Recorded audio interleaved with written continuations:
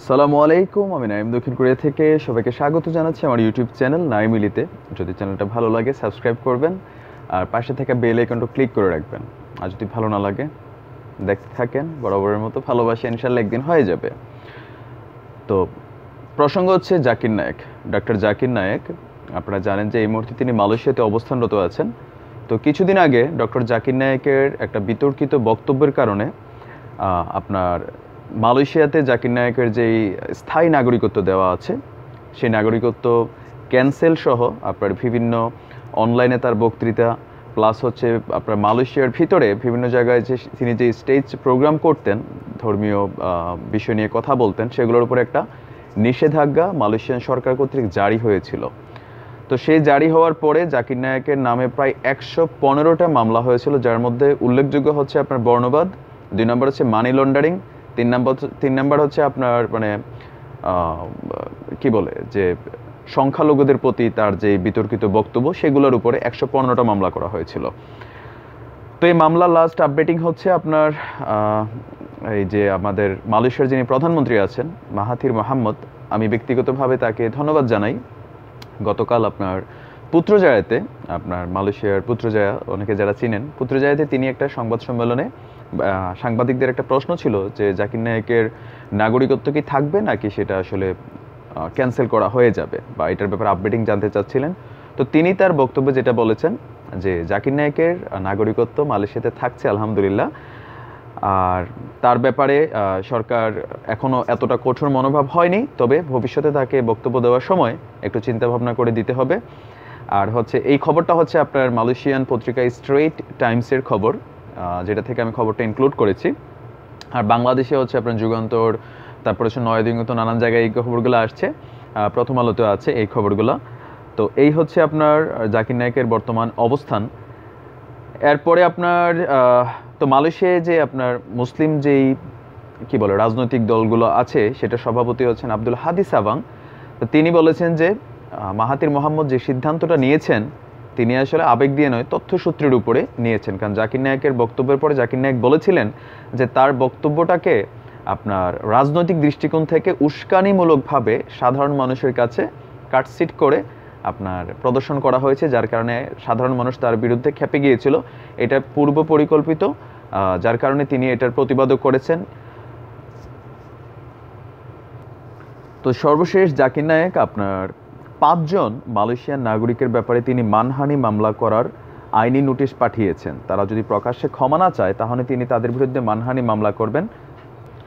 তো এই 4 জন মালয়েশিয়ান নাগরিককে তিনি 48 ঘন্টা সময় দিয়েছেন, যে 48 ঘন্টা সময়ের মধ্যে যদি তারা তাদের ভুল স্বীকার না করে বা ক্ষমা না চায় তাহলে তিনি তাদের বিরুদ্ধে আপনার মানহানির মামলাতে প্রসেসিং করবেন। এটার হাইকোর্টের মাধ্যমে লিগ্যাল নোটিশ করেছেন। তো 4 জন ব্যক্তি হচ্ছেন খুবই প্রধান পোস্টে আছে মালয়েশিয়ার। একজন হচ্ছে পেনাংয়ের উপমুখ্যমন্ত্রী, তার নাম হচ্ছে আপনার পি রামাস্বামী। আরেকজন হচ্ছে বাগান ডালিমের প্রতিনিধি দলের আপনার সদস্য, তার নাম হচ্ছে সাতিশ মুনিয়ানিদ। আর থার্ড হচ্ছেন আপনার সাবেক রাষ্ট্রদূত ডেনিস ইগনাটিয়াস। 4 নাম্বার হচ্ছেন আপনার ক্ল্যাংয়ের এমপি চার্লস সান্তিয়াগো। এই 4 জন ব্যক্তি বেসিক্যালি জাকির নায়েকের বক্তব্যটাকে সাধারণ মানুষের মাঝে আপনার কাটসিট করে হোক, যেভাবে হোক, সাধারণ মুসলমানদের কাছে একটা ভুল মেসেজ তারা দিয়েছে, এটা জাকির নায়েকের দাবি। তো তিনি এই দাবি করে হাইকোর্টের মাধ্যমে তাদেরকে লিগ্যাল নোটিশ পাঠিয়েছেন এবং 48 ঘন্টা টাইম পেতে দিয়েছেন, যাতে এই সময়ের মাঝে তারা তাদের ভুল স্বীকার করে নেয়। তো জাকির নায়েকের বিরুদ্ধে যে 115টা মামলা আছে সেগুলোর মধ্যে মালয়েশিয়া থেকেও তার অর্থ পাচার, এগুলোর ব্যাপারে একটা মানি লন্ডারিং একটা মামলা আছে। তো এটার ব্যাপারেও তিনি প্রতিবাদ করেছেন। তিনি বলেছেন আমার সব কিছু উন্মুক্ত, ইচ্ছে করলে আপনারা জাস্টিফাই করতে পারেন। তিনি বলেছেন যে এই কেসটা যাতে প্রসিড করা হয়, এতে তার কোনো দ্বিমত নেই। আর মালয়েশিয়াতে জাকির নায়েক গত 3 বছর ধরে আছেন স্থায়ী নাগরিকত্ব নিয়ে। আমার লাস্ট একটা ভিডিও ছিল জাকির নায়েকের ব্যাপারে, একটু খুব বক্তব্য ছিল মাহাথির মোহাম্মদের প্রতি।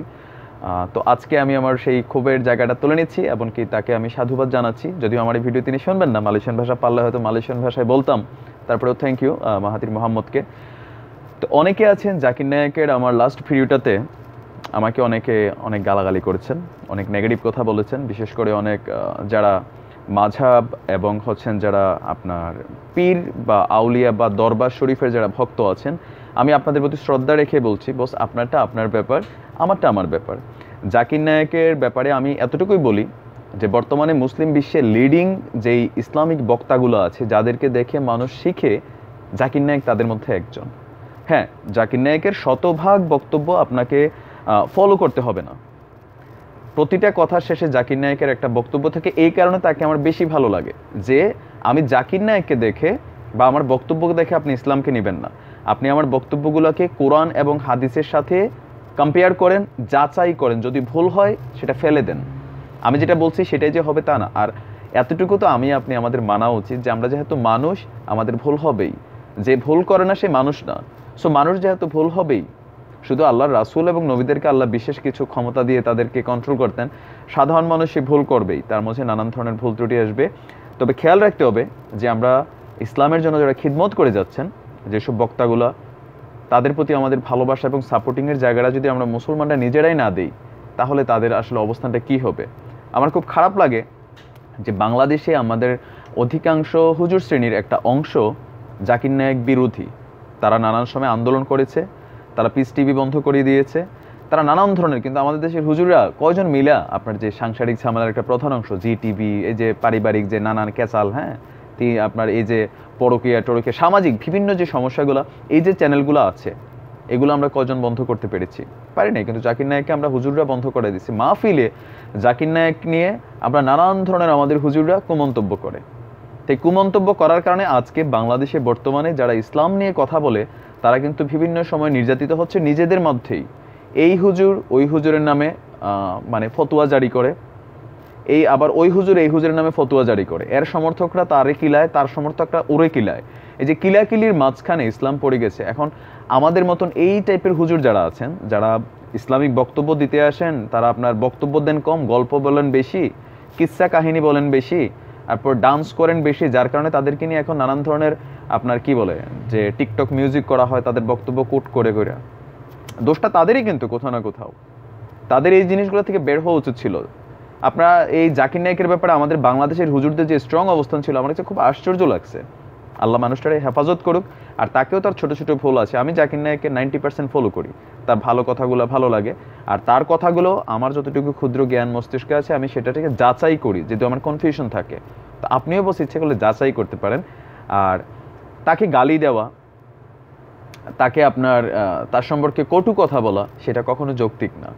জাকির নায়েকের মাধ্যমে হাজার হাজার হিন্দু, বৌদ্ধ, খ্রিস্টান, আপনার হচ্ছে নাস্তিকরা কিন্তু ইসলাম ধর্মে গ্রহণ করেছে।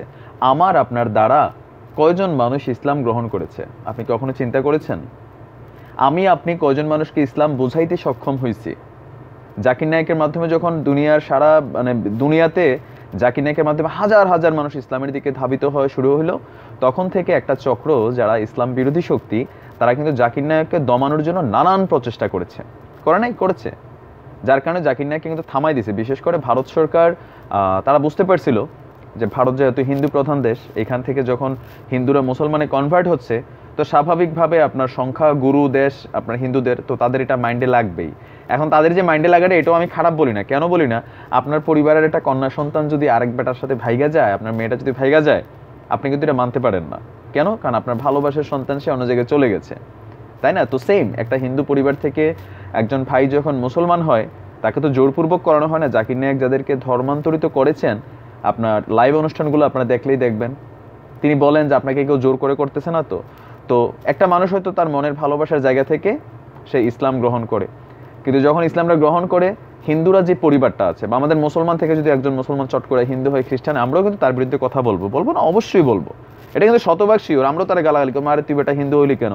তো হিন্দুদের যে অনুভূতির জায়গাটা, সেটাকে আমি বুঝি, যে হিন্দুদেরও আসলে মনে কষ্ট হয় যে আমাদের পরিবার থেকে আস্তে আস্তে মানুষগুলো মুসলমানে চলে যাচ্ছে, যার কারণে তারা পলিটিক্যালি বা আপনার রাজনৈতিকভাবে যেভাবে হোক, তারা এই সিদ্ধান্ত নিয়ে কিন্তু জাকির নায়েককে স্টপ করতে সক্ষম হয়ে গেছে।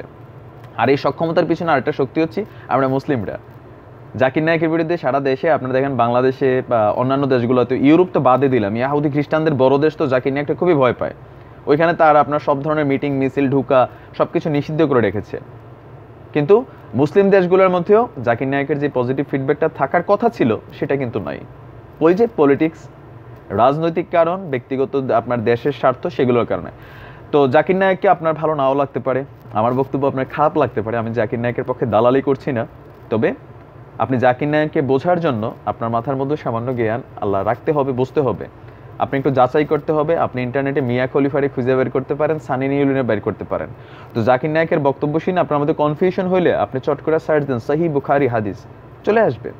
আপনি বুখারীর বইয়ে আছে, কোরআনের বাংলা তর্জমা আছে, সেখান থেকে আপনি কম্প্যারিজম করেন। যদি জাকির নায়েককে সঠিক মনে হয় মানেন, নয়তো ফেলে দেন। জাকির নায়েক তো বলেই সব সময়। তো আল্লাহ মানুষটাকে হেফাজত রাখুক যেখানেই থাকুক। আর আমার বক্তব্য অনেক কলকাতার ভাইরা দেখেন, আপনাদেরকে দাদা অসংখ্য ধন্যবাদ আমাকে দেখার জন্য। আপনাদের সাথে আমার কোনো শত্রুতা নেই। অনেক সময় হয়তো আমার কথাগুলো আপনাদের বিপক্ষে যায়, আবার অনেক সময় পক্ষে যায়। তো কমেন্ট বক্স খোলা আছে, আপনি গঠনমূলক সমালোচনা করবেন। আর ধর্মীয় যেই বিষয়গুলো, আপনার ধর্মটা আপনার কাছে যতটুকু ভালো, আমার ধর্মটা আমার কাছে ততটুকু ভালো, যার যার ধর্ম তার তার। আমরা বলি না যে আমি আপনার ধর্মকে অপছন্দ করি, আপনি আমার ধর্মকে অপছন্দ করেন। আমি আপনার ধর্ম নিয়ে কখনো গালি দিইনি কোনো ভিডিওতে, বরঞ্চ যারা হিন্দু ধর্ম নিয়ে গালি দিয়েছে আমি তাদেরকে প্রটেস্ট করেছি। তো আপনি আমার ধর্ম নিয়ে গালি দেওয়ার আগে একটু ভেবেচিন্তে দিবেন, ঠিক আছে? কারণ আমিও মানুষ, আর আমার ধর্ম নিয়ে কথা বলে আমার অবশ্যই গায়ে লাগবে। তো ভালো থাকবেন, সুস্থ থাকবেন। আর যদি বক্তব্য শুনে বিরক্ত লাগে, দেখতে থাকেন, চোখের দেখা একদিন ভালোবাসা হয়ে যাবে ইনশাআল্লাহ। আজ এই পর্যন্তই, আসসালামু আলাইকুম।